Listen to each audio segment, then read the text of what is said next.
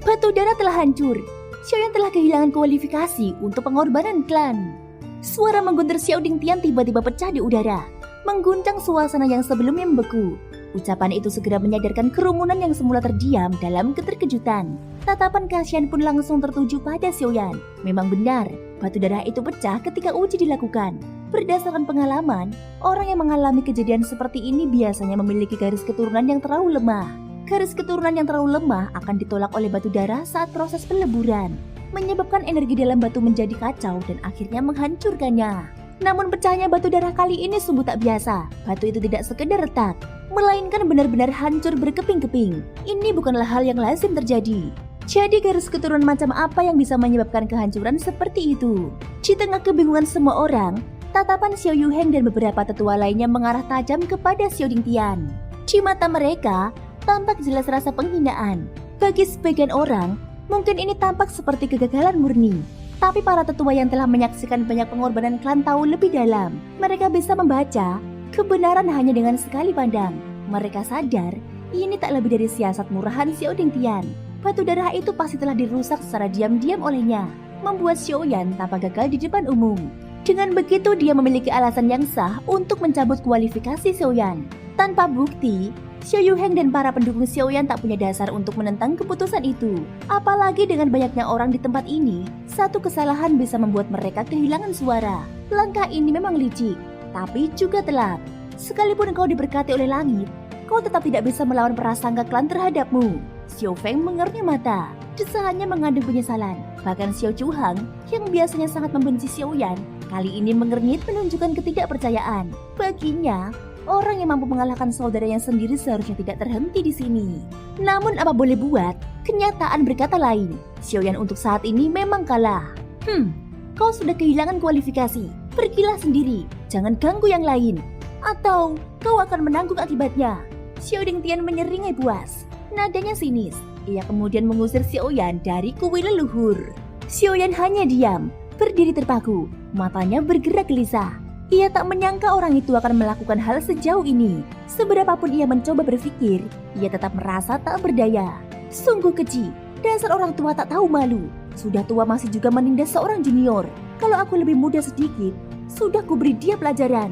Dari luar kerumunan, Xiao Mingyuan yang wajahnya sudah menegang sejak tadi akhirnya tak bisa menahan amarah. Ia melangkah maju hendak menghadapi Xiao Dingtian, namun segera dihentikan oleh Xiao Yuhua dan Xiao Ming yang menyusul dari belakang. Kakak ketiga, aturan tetaplah aturan, apapun alasannya. Xiaoyan sudah kehilangan kualifikasi. Jika kau bertindak di kuil leluhur, ingatlah hukum klan. Xiao Yuhua berseru, nadanya tegas sambil menaikkan alis. Jangan bawa-bawa aturan padaku. Kalau aku takut, aku tak akan berdiri di sini. Menyingkirlah. Xiao Mingyuan menjawab ketus, melambaikan lengan bajunya untuk mengusir Yuhua. Tetua ketiga. Di saat yang tegang itu, suara Xiaoyan memecah suasana. Teriakannya menghentikan gerakan tangan Xiao Mingyuan. Saat lelaki tua itu menoleh, Xiaoyan menggelengkan kepala pelan dan tersenyum getir. Tak perlu, aku akan pergi. Ia lalu berbalik menghadap Xiao Dingtian dan berseru dengan nada meremehkan. Kalau kau merasa sudah menang, aku akan pergi. Xiao Dingtian sedikit terkejut. Bahkan dengan wataknya yang dingin, ia tak bisa menahan perasaan kosong yang perlahan menyusup ke dalam hatinya. Kemenangan ini seharusnya membahagiakan. Tetapi mengapa yang terasa justru kehampaan? Anak liar yang berdiri di hadapannya, yang entah datang dari mana, telah ia kalahkan. Namun kebencian yang telah lama ia pelihara, mendadak terasa menguap begitu saja. Xiaoyan perlahan berbalik. Di tengah kerumunan, Xiao Feng yang sejak tadi memperhatikan, kini melemparkan batu darah dari tangannya. Kemudian, Xiao dan Xiao Zuobin mengikuti, meletakkan batu darah mereka begitu saja. Orang-orang yang mengenal atau mendukung Xiaoyan mulai menunjukkan reaksi yang sama. Xiao Yuhua dan Xiao Ming mengamati sekeliling. Saat mereka melihat Xiao Dingtian, sosok itu tampak seperti sosok yang terasing, sendirian dalam kemenangannya. Bus! Tiba-tiba, cahaya keemasan menyilaukan meledak dari kerumunan.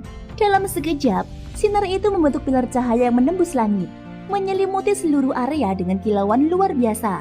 Kerumunan sontak gempar. Tatapan semua orang, termasuk Xiao Yuheng dan para tetua lainnya, tertuju ke sumber cahaya. Tangan mereka tanpa sadar mengepal, mata mereka bersinar penuh harap. Itu adalah cahaya suci, murni tanpa noda, fenomena yang hanya terjadi pada mereka yang memiliki garis keturunan tertinggi. Itu adalah garis keturunan emas cemerlang. Seluruh orang terdiam. terpaku oleh cahaya luar biasa itu. Meski mata mereka telah perih, tak ada satupun yang berpaling. Kegembiraan membuncah. Xiaoming yang biasanya serius pun terlihat tercengang. Garis keturunan emas cemerlang. Ini adalah tanda dari sosok luar biasa, seorang calon pewaris tahta kaisar.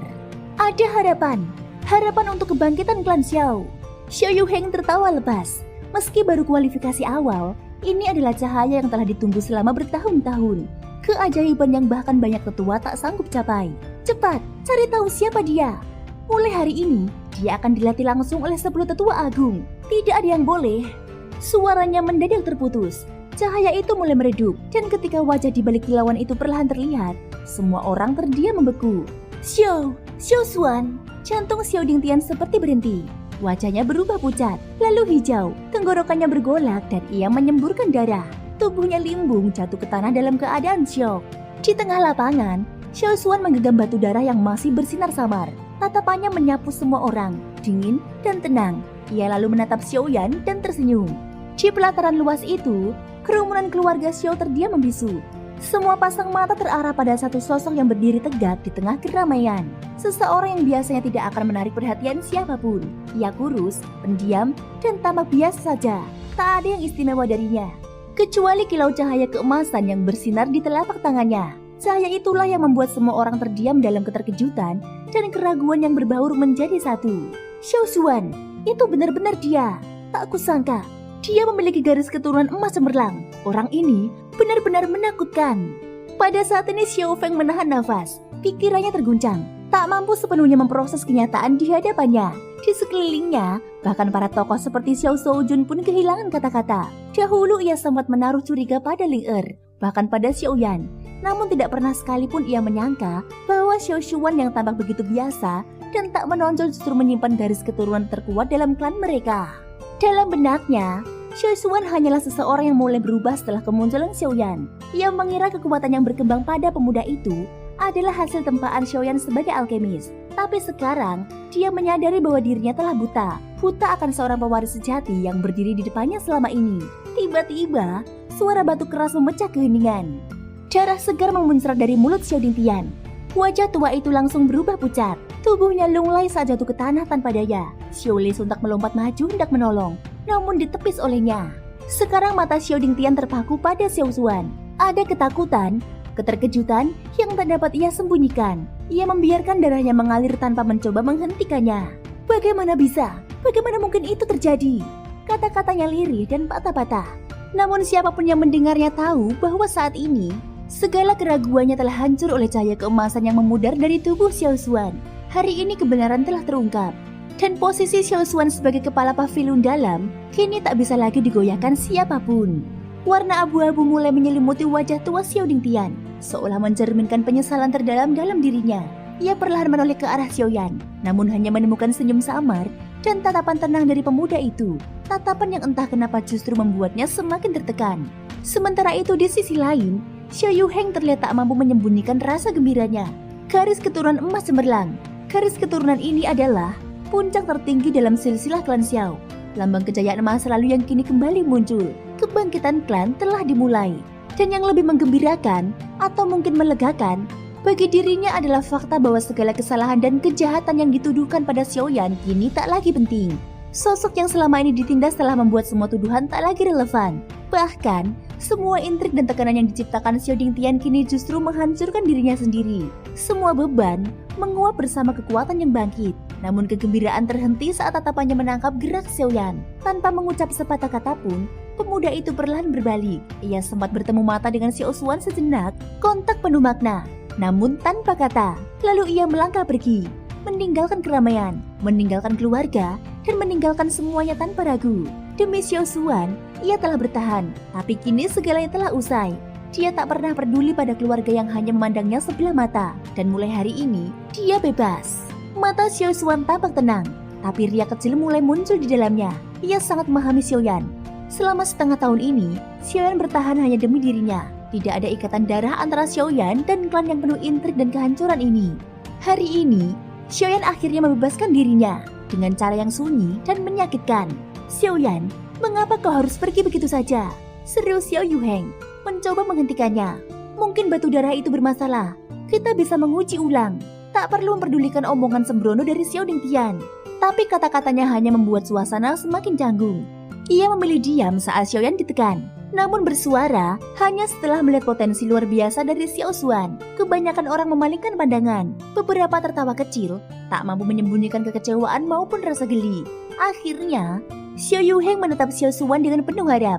Tapi pria muda itu hanya menatap punggung Xiaoyan yang mulai menjauh, lalu berkata dengan tenang, biarkan dia pergi. Dunia luar mungkin keras dan penuh bahaya, tapi di sana setidaknya tidak ada kebohongan yang dibungkus senyum kekeluargaan. Di tengah ketegangan yang tak kunjung reda, suasana menjadi lebih berat. Xiaoming dan Xiao Xiao berdiri diam, namun sorot mata mereka menyimpan gejolak. Tak ada yang menyangka ujian hari ini akan berakhir dengan kejutan sebesar ini. Namun sesuatu berubah.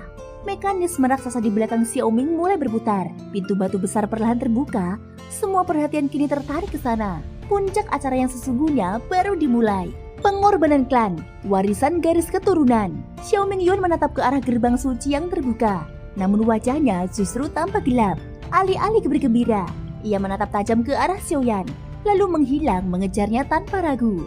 Bagi Xiaoming Yuan, membujuk Xiaoyan untuk kembali jauh lebih penting daripada ritual warisan sekalipun. Di luar halaman, di antara hembusan angin yang sejuk, Xiaoyan berjongkok dan membelai kepala kecil Lian dengan lembut. Gadis itu menatapnya dengan mata merah yang hampir menangis. Kau kenapa? Bisik Xiaoyan sambil tertawa pelan. Aku tak meninggalkanmu. Aku hanya ingin kau tetap di sini. Leluhur Xiao Xuan ada di sini. Dia akan menjagamu. Namun Lian tidak menyerah. Tangannya yang mungil melingkar erat di lengan Xiaoyan, seolah tak ingin melepaskannya untuk alasan apapun. Mereka telah melewati begitu banyak bahaya bersama. Dunia luar bukan tempat yang ramah. Terlebih lagi, ada banyak pihak yang masih memburunya, termasuk sekte kuil hantu. Xiaoyan hanya bisa tersenyum kecut melihat gadis kecil itu. Tapi saat Bai Hua yang tampak lemah datang dan menarik pelan tangan Lian suasana pun berubah. Mata wanita itu menatap Xiaoyan dalam-dalam, dan alisnya yang halus menampakkan kesedihan yang mendalam. Ia tahu pemuda itu tak punya pilihan lain. Pergilah, katanya pelan. Tempat ini adalah klan Xiao. Meskipun kau membencinya, di sini setidaknya lebih stabil. Urus dirimu terlebih dahulu. Aku akan baik-baik saja. Xiaoyan tak menjawab. Ia terdiam sejenak, lalu mengangkat tangannya membentuk segel. Api muncul di udara, lalu memadat menjadi sebuah cincin dan melayang ke tangan Bai Hua. Cincin pil transformasi. Itu bisa menekan kekuatan dalam tubuhmu 3 kali, kata Xiaoyan. Aku akan mencari pil pertanyaan surga secepatnya. Bai Hua menatap cincin itu dengan mata yang menghangat, lalu tersenyum dengan keberanian yang tidak biasa. Kalau begitu, cepatlah kembali. Saat kau kembali nanti, aku akan ikut bersamamu menjelajahi wilayah tengah. Aku juga ingin tahu siapa yang berani bermain-main denganmu. Xiaoyan membalas senyum itu, lalu mengangguk. Cepat atau lambat, aku akan menyelesaikan semuanya. Lalu, Bai Hua menatapnya. Kali ini kau mau kemana? Xiaoyan hanya mengelus token kayu di balik lengannya. Dia tak berkata apapun. Kalau begitu, kapan kita berangkat? Xiaoyan menatap mata Bai Hua, lalu menjawab pelan. Sekarang. Pada saat ini scene diperlihatkan di luar balai kota kuno. Xiaoyan berdiri tenang di depan aula besar yang tertutup rapat. Ia membungkuk dengan hormat, suaranya lantang namun penuh kesopanan. Xiaoyan menyapa tetua Li. Begitu ucapannya selesai, ruang di depannya tampak bergetar perlahan, seolah terdistorsi oleh kekuatan tak kasat mata. Sosok seorang lelaki tua berjubah ungu perlahan muncul, berdiri anggun di antara riak dimensi. Dia adalah Xiao Li, pengurus balai kota kuno. Xiaoyan pernah bertemu dengannya saat pertama kali masuk ke klan Xiao. Meski pria tua itu terkenal dengan tabiatnya yang aneh, menurut Xiao Xuan, ia adalah salah satu dari sedikit orang yang tidak pernah menilai seseorang hanya berdasarkan status. Tatapan mata tua Xiao Li menyapu wajah Xiaoyan. Ekspresinya sedikit terkejut. Aneh, bukankah hari ini kuil leluhur dibuka? Seharusnya kau ikut dalam upacara pengorbanan klan. Mengapa kau ada di sini? Xiaoyan tak langsung menjawab. Namun sebelum ada jawaban, mata Xiao Li beralih ke langit di atas balai kota kuno. Nada suaranya menjadi lebih rendah. Aku rasa, karena kau mengikutiku, kau pasti tahu apa yang sedang terjadi. Xiaoyan menoleh, dan benar saja, Xiaoming Yuan yang sejak tadi membuntutinya mendarat tak jauh dari mereka. Wajah lelaki tua itu menegang. Niat awal untuk membujuk Xiaoyan tampaknya menguap begitu saja. Sebaliknya, ia mendengus kesal dan melampiaskan emosinya kepada Xiao Li. Dasar bajingan tua, apa urusanmu ikut campur soal cara kerjaku? Kalau kau tak bisa menahan mulutmu, jangan salahkan aku kalau suatu hari nanti kau mati karena usia tua di dalam balai kota kuno ini. Hah, bukankah kau juga sama saja? balas Xiaoli dengan sinis. Tak sedikit pun gentar. Setelah saling menyindir, akhirnya Xiao Mingyuan menceritakan semua yang terjadi di kubu leluhur. Dari kehancuran harga diri Xiao Dingtian hingga terungkapnya garis keturunan Xiao Xuan. Xiao Dingtian sombong sepanjang hidupnya. Dan sekarang, lihatlah, sulit baginya untuk bangkit kembali setelah ini. Sedangkan Xiao Xuan, aku selalu curiga dengan kultivasinya yang tak biasa. Tak kusangka dia memiliki garis darah emas cemerlang. Sungguh luar biasa. Nada Xiaoli saat membahas Xiao Dingtian dipenuhi ejekan. Namun begitu menyebut nama Xiao Xuan, matanya yang dalam memancarkan keterkejutan dan kekaguman yang tak mampu disembunyikan. Dia menoleh kembali ke Xiao Yan dan mengangguk pelan. Anak muda, aku bisa mengerti alasanmu hari ini. Seorang pria sejati harus berani berdiri di atas dunia, menatapnya dari ketinggian dan berdiri gagah di antara para pahlawan. Jangan hiraukan Xiao Dingtian. Dia hanya manusia biasa. Kau lanjutkan saja perjalananmu. Soal pengorbanan klan, masuk saja ke aula leluhur setelah kau kembali nanti. Mendengar itu, mata Xian berkedip. Ia tak pernah berpikir bahwa dirinya masih bisa ikut dalam pengorbanan meski telah pergi. Setelah sedikit berbasa-basi, Xiao Yan pun meninggalkan klan Xiao bersama Xiao Mingyuan. Thank you guys sudah mendengarkan ceritaku di episode kali ini sampai akhir. Ikutin terus kelanjutan episode berikutnya ya. Semoga hari kalian menyenangkan. Sampai jumpa dan bye-bye.